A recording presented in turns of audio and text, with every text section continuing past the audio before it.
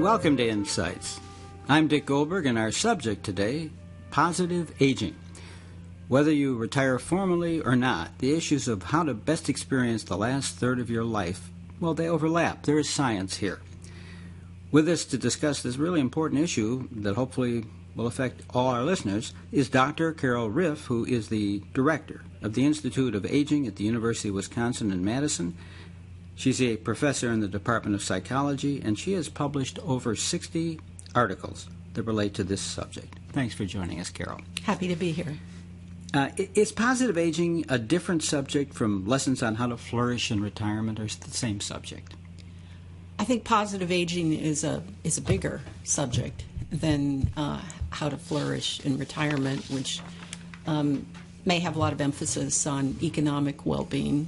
Positive aging, I would argue, is a huge umbrella that encompasses every facet of life that a person is experiencing as they move across the decades of 50s, 60s, 80s, 90s, as larger segments of the population are now doing. When you talk about aging, we all age from the day we're born. Exactly. What is the age range you're examining?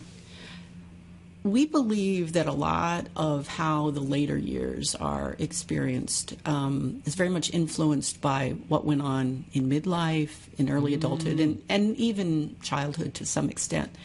But because we actually want to study that scientifically, our research begins with people in their 20s. Uh-huh. Yeah, so a big national study that I'm heading, known as MIDAS, which is an acronym that stands for Midlife in the U.S., is a study that began in 1995 with over 7,000 Americans aged 25 to 74. And we're studying them longitudinally. So we're just getting ready to do the second longitudinal follow-up, which is happening roughly 20 years after we began the study. In layman's terms, what are you looking to find out? Well, positive aging is a big theme in the study. We're very interested in, as you introduced me, I'm a psychologist, and the study itself, MIDAS, is very multidisciplinary, but a unique theme that we have is how psychological and social factors influence how people age. Good. Interesting. From midlife, it's called MIDAS because we were starting in midlife, but we even believe that midlife has its antecedents in earlier life periods. So we're very interested in how psychological and social factors contour how people age. Okay, so this isn't just for someone who turned 65 yesterday and wants to learn what to do from here forward. Certainly not. I teach undergraduates at the UW about the psychology of adult development and aging, and most of them are 19 or 20, thereabouts. And my big message to them is, you're setting the groundwork right now for your own old age. So think about that. Wow. One of my last questions to you is coming up right now. Yeah. People when they're 80, if you look at the happy ones and unhappy ones, could you have predicted that when they're 30? Some people argue that you can. I disagree to some extent. Remember the wonderful old song, Still Crazy After All These Years? Sure. Someone transformed that into still happy or unhappy after all these years, and the argument was, if we know something about people's basic personality characteristics early in life, we can predict who's going to be happy and who's going to be grousing in old age. But I would argue that for the people for whom the glass is half empty, there are important things that can be done to actually improve the quality of their life. It takes some effort and some discipline, but I don't think it's cast in stone that you're going to be happy over the course of your life or unhappy. To me, the more interesting question is, how do people negotiate the challenges that they confront? Because those challenges occur in every life. Sure. If you were to look at one factor in a person who is 75, the number one element that predicts a happy life, a flourishing life. Flourishing. By the way, can you distinguish between flourishing and happy? This is a new word coming in, pushing happiness to the side. Yeah, but let me answer your other question surely, first. Surely. What do I think best would help us understand who's flourishing at age 75? And I'll throw out a phrase here that captures the essence of what I think is hugely important. The phrase is purposeful engagement. So we study in our big national project something called Purpose in Life. We study I study what I call psychological well-being, the positive side of mental health. And there are multiple components to it. It isn't a single thing. But in aging, I think a really critical element of experiencing the later years in a way that's fulfilling and satisfying is that you are purposefully engaged in life. That means you have a reason to get out of bed in the morning, you have goals to live for, you have things that you really care about. And for many people, especially after they've retired, that may take some effort to actually figure out, in what direction do I point myself? What do I find to get involved in, engaged in, that can actually give me this deep sense of purpose and meaning? Okay, so let's take a look at John Smith. Yeah. He's 65, and John has been a busy stockbroker, and at 65, he's got his financial situation taken care of, and he says, I quit, I'm 65, I retire. Yeah. His only hobby is golf, and he reads the Wall Street Journal. Yeah. How's he going to do? Let me say there's no single prescription for how to age or how you're going to do. So he might do fine. Don't you worry about him, though? He's been a stockbroker. Well, it depends on how much gratification he gets from those things. I personally would find that insufficient, and I think many... But he did. No, I'm sorry to interrupt you, Carol, but I want to get a real case of a person a lot of us think they are. They like their work, or it's okay, but it occupies so much of their life because they get up, they get dressed, they have breakfast, they go to work. They don't have many other hours in the week. And John would do his research on the weekend. Yeah. And he kind of liked it, but he'd had enough when he quit. Yeah. Isn't he in trouble, according to what you just said? Unless he fills in the hours with something else. So it's been, I think, understood, by increasing numbers of retirees that you cannot build a deeply meaningful life out of endless leisure. So if he was a golfer and he thought, I'm moving to Florida to a golfing community, I'm going to play golf every day, life is going to be great. Yeah. Look out. Look out. Look out. And this is not news. Years ago, there's a wonderful place in Asheville, North Carolina called the Center for Creative Retirement that was basically built on the premise that healthy, engaged older people cannot make a fully meaningful life out of full-time leisure. They need something else. Why? Why not? Why can't they? Because it's vacuous. It's empty. They'll say, "Who are you, you academic, to tell me life is empty?" That's why I said, one size doesn't fit all. If a particular person can find that deeply fulfilling, then fine. Who are we to basically prescribe? On the other hand, I think a lot of older people have found leisure is not sufficient to fill the day and make, at the end of the day, it feel like it was a good day. Why not? You need more. Not? Why? Because of purposeful engagement, because of the fundamental need for meaning, and I think contributing.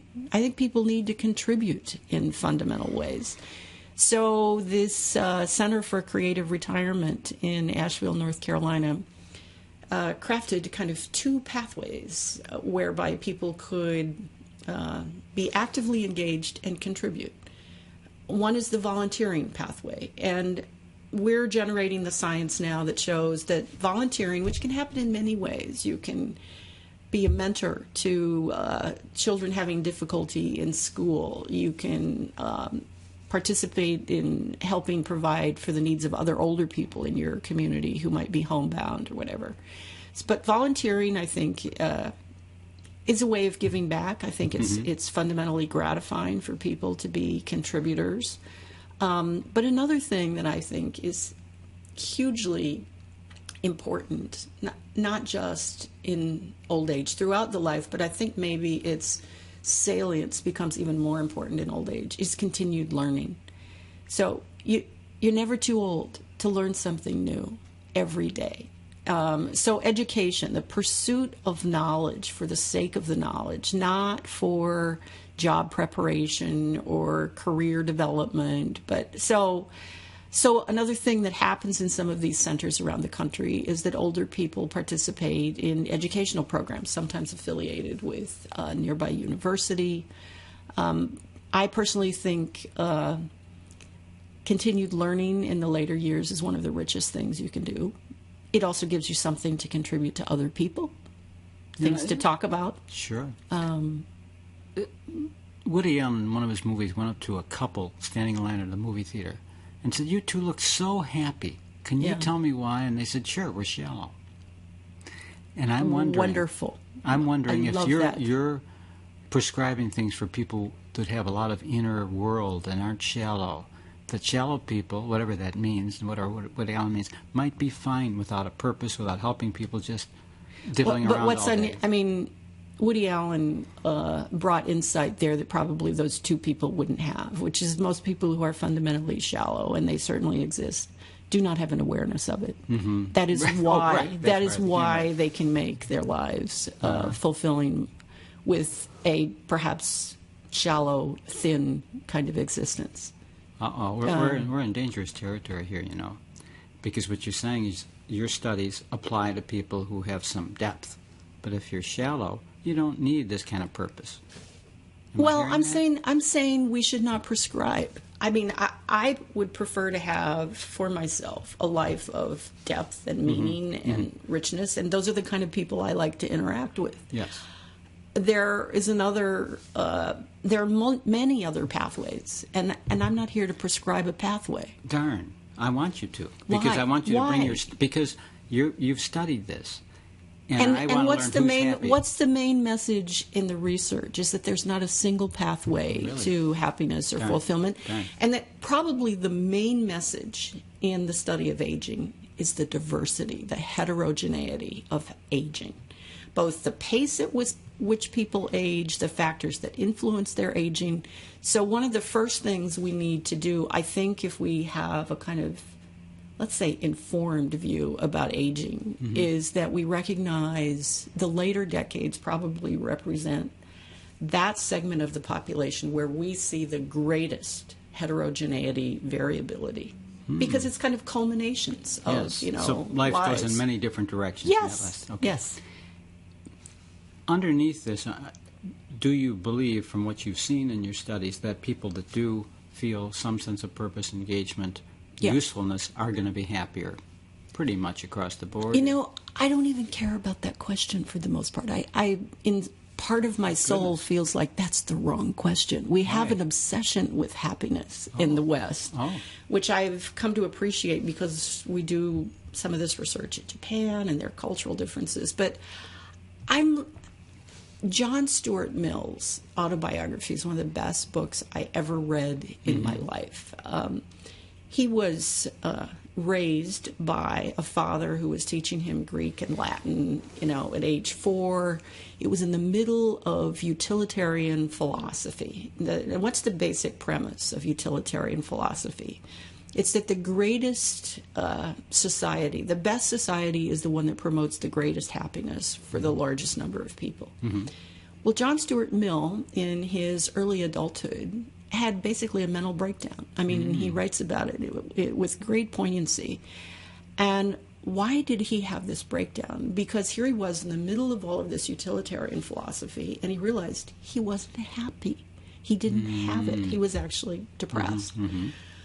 And so he then takes you on a journey of what did he do to find his way to a life that felt good and meaningful and fulfilling. And what he did was cultivate his emotions, because his father had raised him to be a logic machine, not a feeling, sentient being. So he read Wordsworth poetry, he fell in love, he listened to music, and all of these things helped him cultivate a kind of deep appreciation of life that was built around music and art and literature and a great relationship.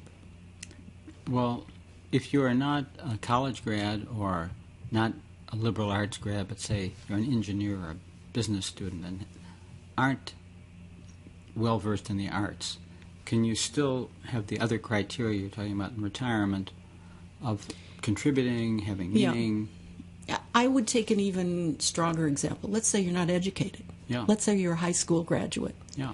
Can you actually, experience deep meaning and purpose? Yes.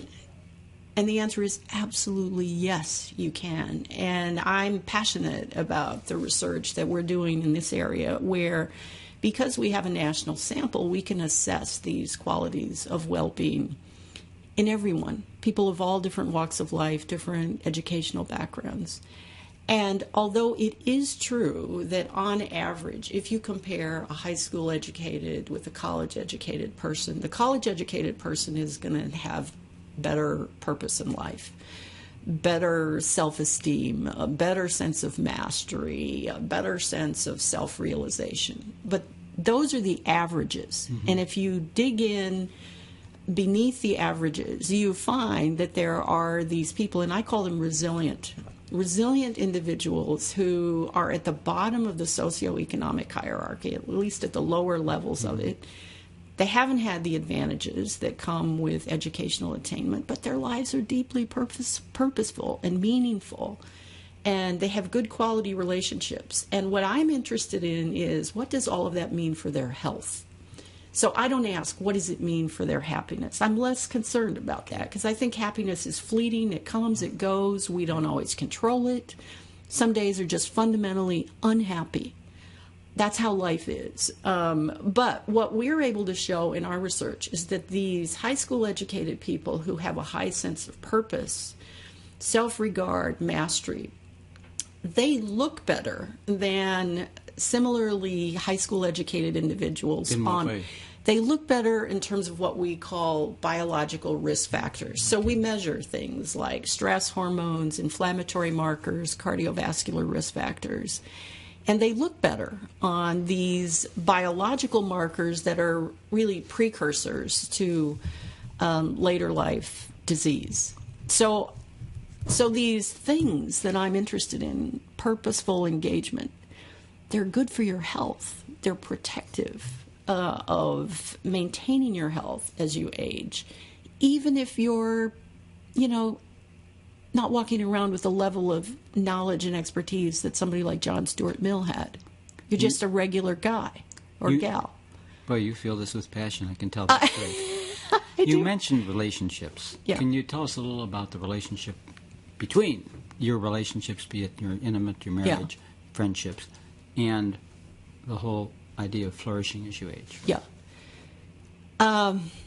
There's a whole new field now called social epidemiology.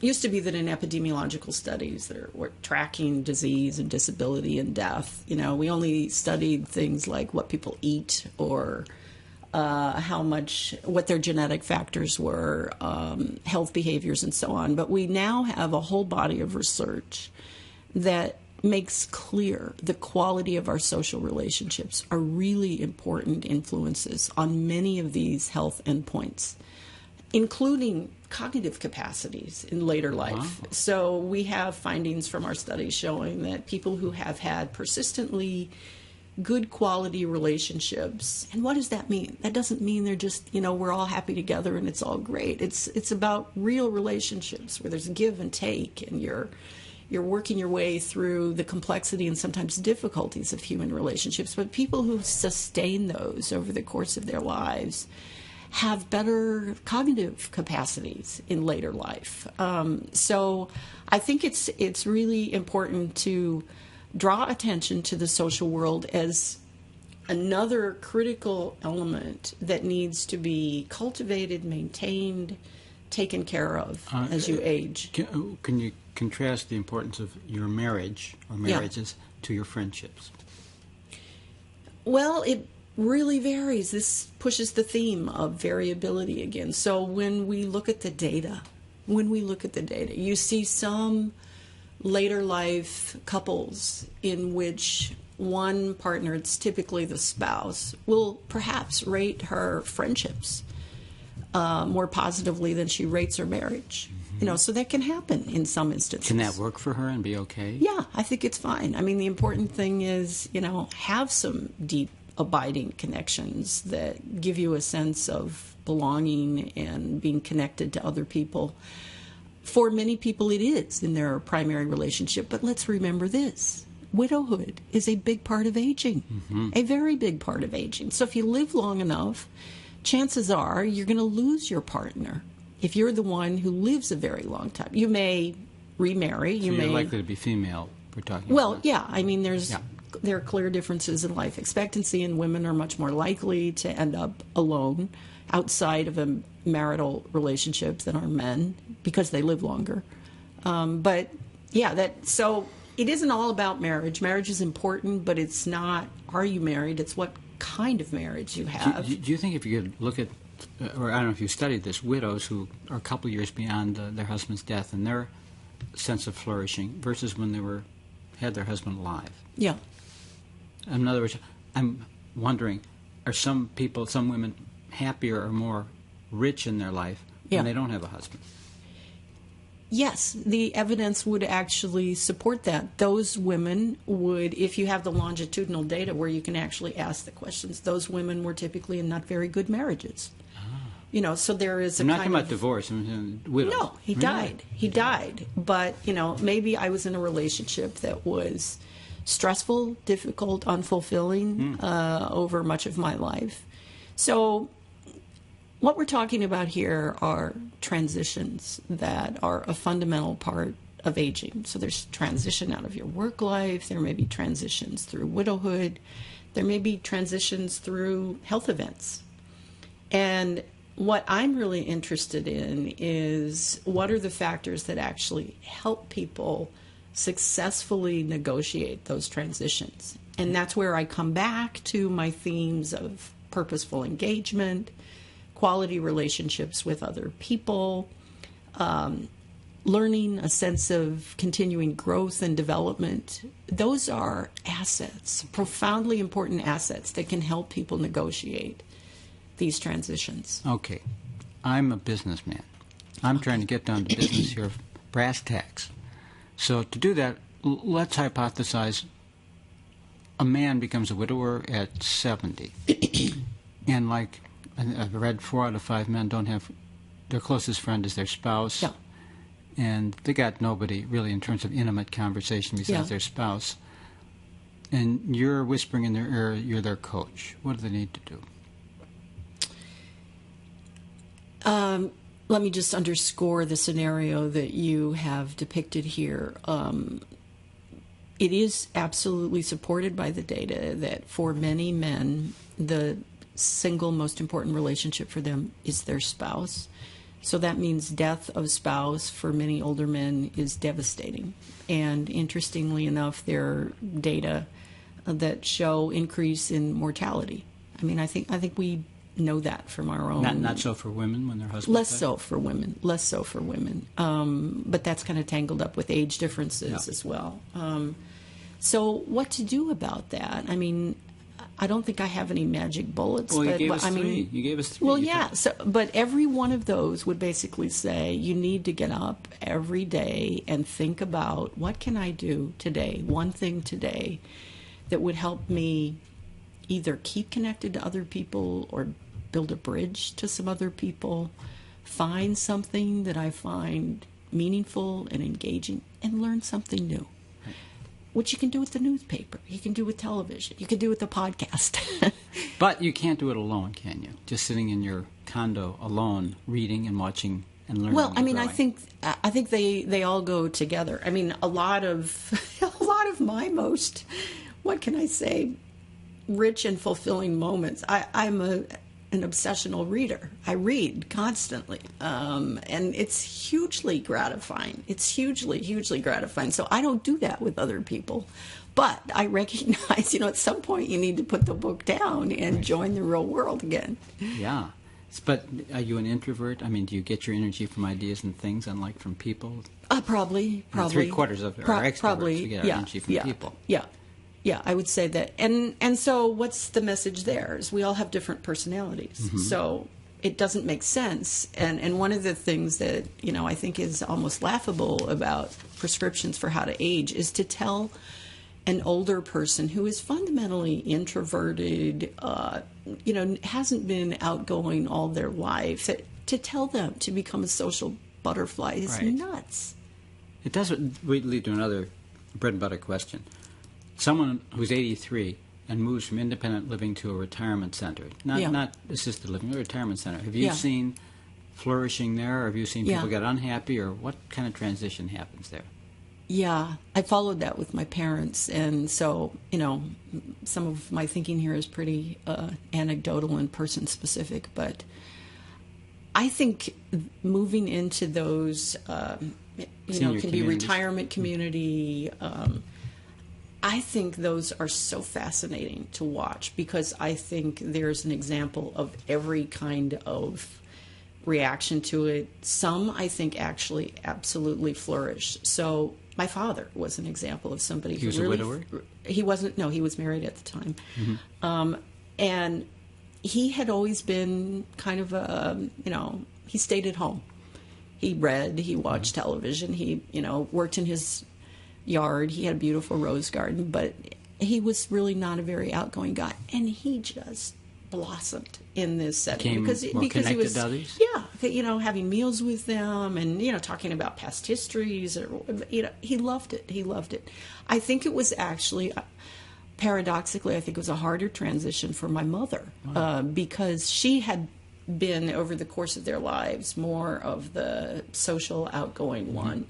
And so the reasons for that, I think, are complicated. She had lost a son along the way, and that, I think, was very devastating for her. So, but my point is, moving to those communities can actually be a new beginning for some people. Well, I would think it would be easier for a lot of people, particularly, say, a widower, to do what you're suggesting brings people a richer life, because you have so many accesses to so many different things that can provide that. If you're sitting alone in your apartment all day, where do you begin? But if you move into one of these, it's a well-run senior community. They have all kinds of activities and lectures and people to eat with and ideas to bounce off of. Exactly. As a matter of fact, I talked to the director of a large one, and I said, what are people's reactions the first few months? And he said, almost always within a short period of time, they say, why didn't I do this sooner? Particularly people who are alone. Yeah, exactly. So they're back in the community. What about men versus women in this whole process of aging? What differences do you notice?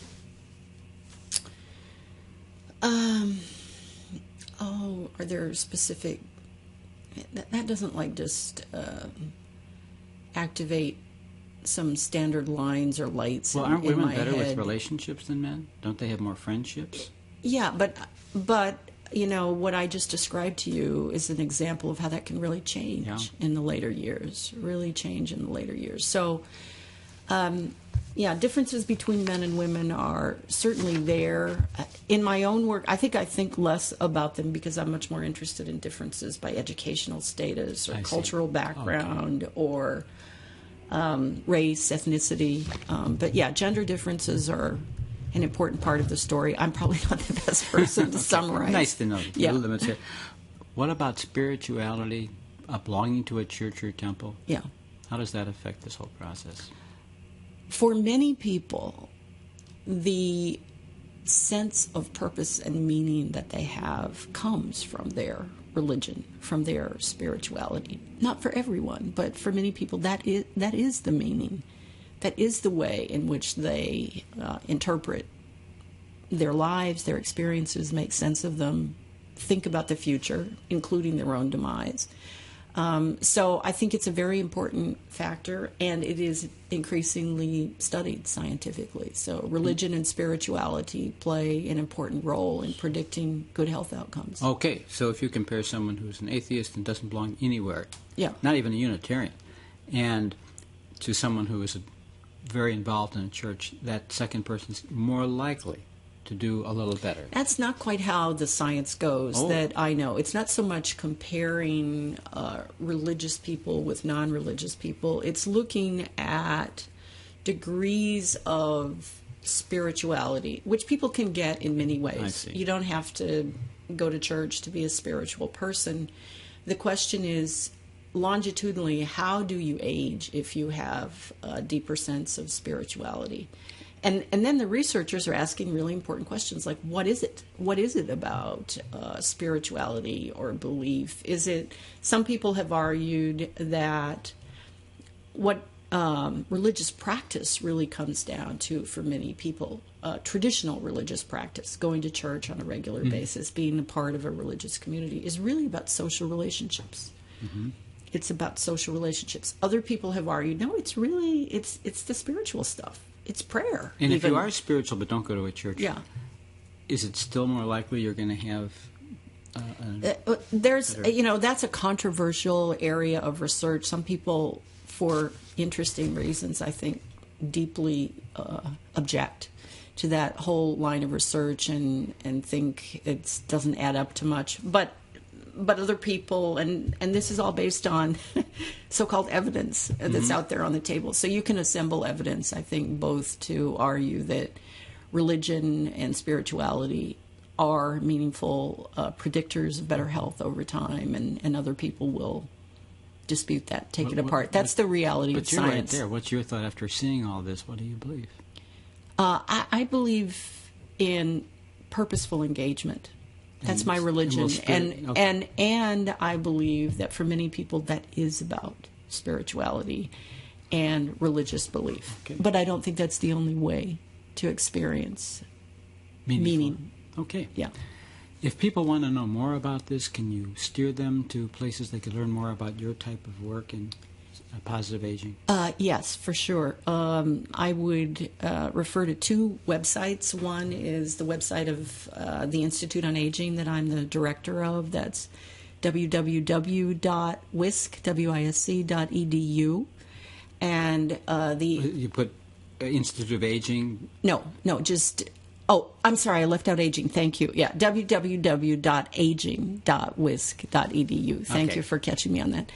And the second website is for this MIDAS national study, which is also www.midus.wisc.edu. And we'll put both of those on my website so people can just click and get to them. So what I would say to the non-scientists who might be listening is that on both of those websites, we have newsletters that are written for non-specialists. And on the MIDAS website, we make a point of giving you things to click on if you're from the general public or you're from the research community. Well, Carol, I thank you very much for being here and stimulating us in this topic. It's very illuminating. And Thank you. It was fun. I hope you'll join us on the next edition of Insights.